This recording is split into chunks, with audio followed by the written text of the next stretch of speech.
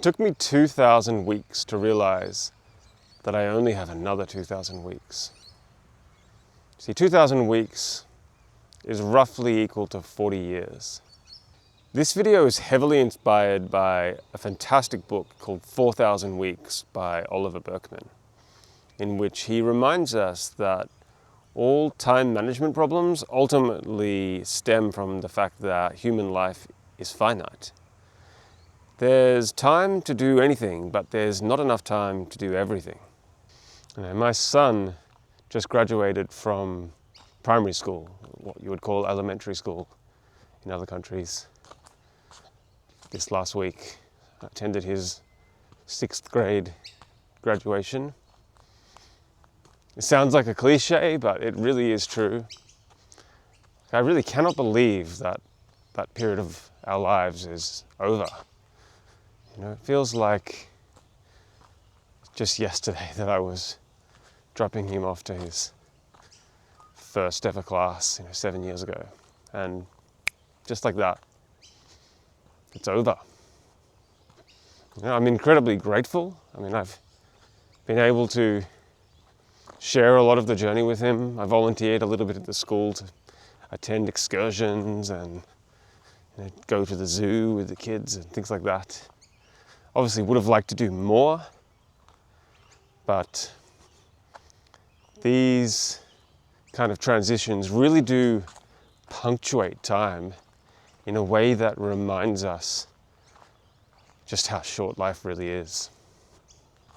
I don't think there's any real solution to feeling this way.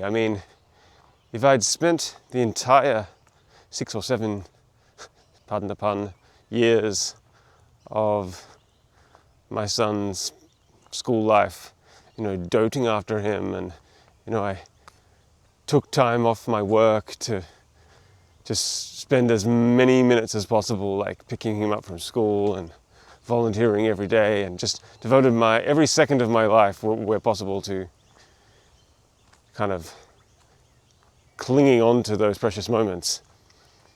Well, I might actually be sadder than I am now, because it would be something that was such a central part of my life that then just disappeared. But then also, if I completely neglected it and just sunk all my time into my work and other interests and didn't devote any attention to him while he was at school, and then it was over, I would obviously regret that as well. I would be sorry that I missed out on experiences that I could have had along his journey.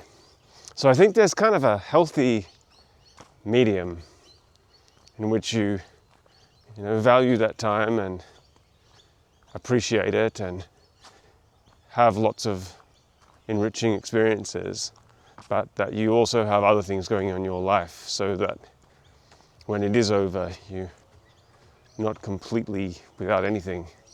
So I think the conclusion from this is that there really isn't much we can do to avoid time passing us by. Everything is going to end, no matter what our attitude towards it is.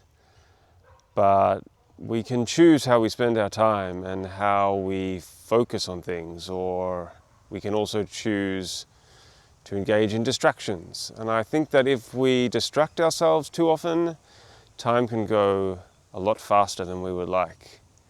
So in 2026, I'm going to try to remind myself to slow down, to pay attention to the important things, and to not be too distracted by bad movies, video games, worrying about things going on in the world that I can't control.